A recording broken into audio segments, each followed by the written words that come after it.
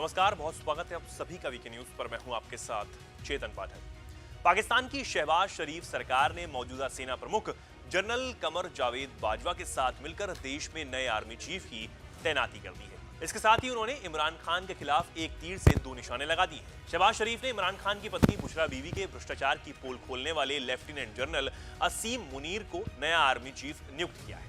इस्लाम के नाम पर भारत से अलग होकर बने पाकिस्तान में संभवतः पहली बार हुआ है जब एक ऐसा शख्स देश के सबसे शक्तिशाली पद की कुर्सी पर बैठा है जो मुल्ला जनरल के नाम से जाना जाता है। जानकारों ने अब भारत को पाकिस्तानी सेना में इस्लामिक कट्टरपंथ से सतर्क रहने की सलाह दे दी है। दरअसल असीम मुनीर ने कुरान को पूरी तरीके से याद कर रखा है और यही वजह है कि उसे मुल्ला जनरल कहा जाता है। पाकिस्तान मीडिया के मुताबिक असीम मुनीर सऊदी अरब में लेफ्टिनेंट कर्नल के पद पर तैनात रहने के दौरान कुरान को पूरी तरीके से याद कर लिया था। यही वजह है कि उन्हें हाफिज एक कुरान भी कहा जाता है। मुनीर को धार्मिक रूप से बहुत कट्टर माना जाता है।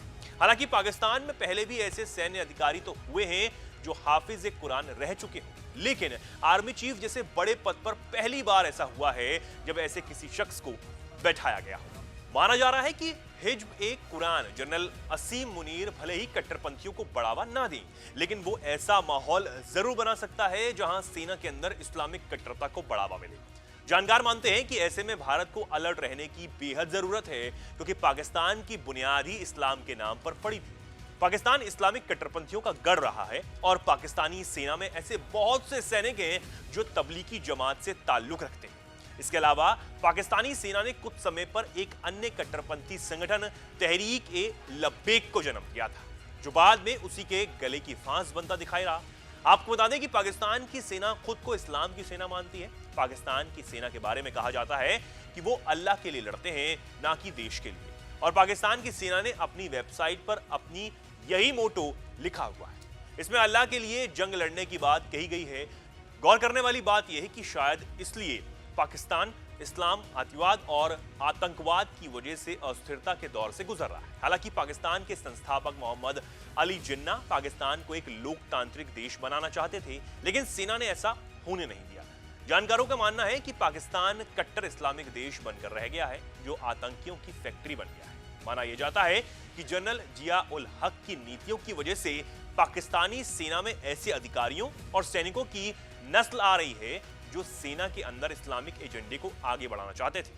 पाकिस्तान की सेना के बैरकों में न केवल धर्मांतरण बल्कि देवबंदी और वहाबी मत से जुड़ी गतिविधियों की अनुमति दी गई थी। यही नहीं, पाकिस्तानी सेना के सैनिकों को भी तबलीगी जमात की गतिविधियों में शामिल होने की अनुमति दी गई।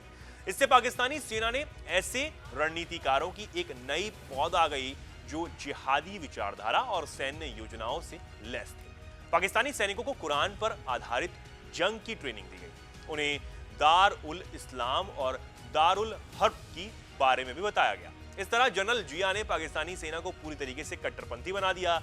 इसका खतरा अब जनरल मुनीर के आर्मी चीफ बनने पर जताया जा रहा है, जिसके बारे में कहा यह जा रहा है कि भारत के लिए इस बार से नई चुनौती होगी। लेकिन हम यही कहेंगे कि पाकिस्तान को भी पता होगा कि इधर भी मोदी बैठे हैं जो खुद कहते हैं ये मोदी है, छोड़ेगा नहीं। आप क्या कहना चाहेंगे इस खबर पर? हमें कमेंट सेक्शन में जरूर बताइएगा और ऐसी ही तमाम खबरों को जानने के लिए जुड़े रहें वीके न्यूज के साथ। धन्यवाद। वीके न्यूज, राष्ट्र के नाम।